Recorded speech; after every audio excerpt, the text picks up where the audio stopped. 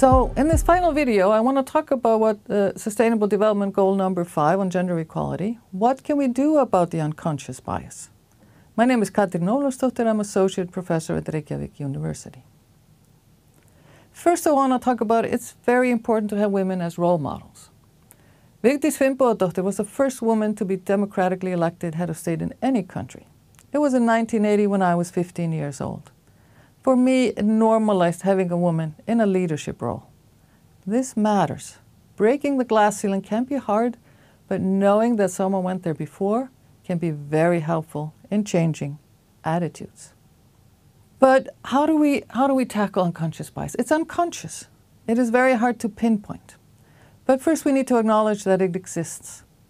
If we don't acknowledge it, things are not going to change.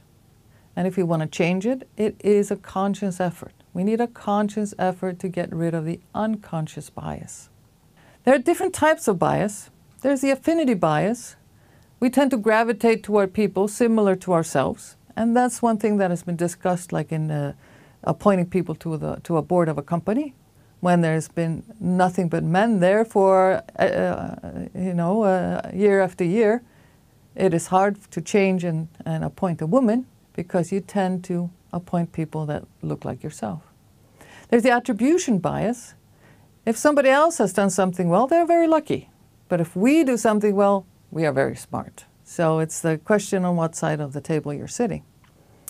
There's a confirmation bias, a tendency we look at pieces of information that support our pre-existing views. And the data that contradict our views is something that we tend to ignore. There's the cultural bias. Well, stereotypes are always out there. We tend to base our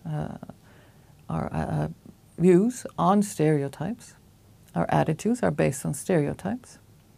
There's the halo effect, the tendency to think more highly of someone that did something great, even if everything else is not so great.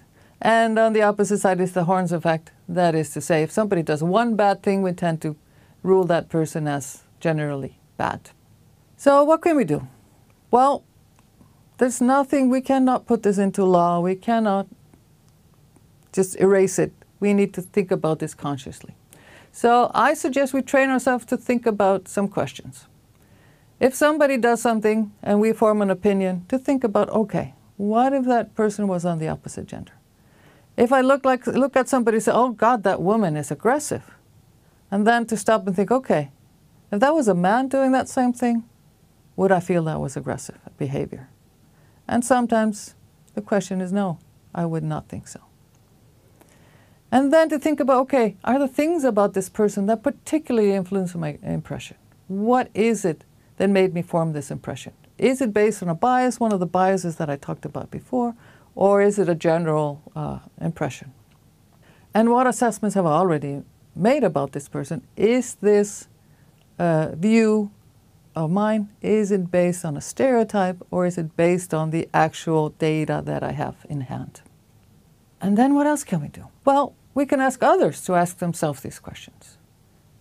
When people come up with a judgment of somebody, ask them, would that be the same opinion if that person was of a different gender?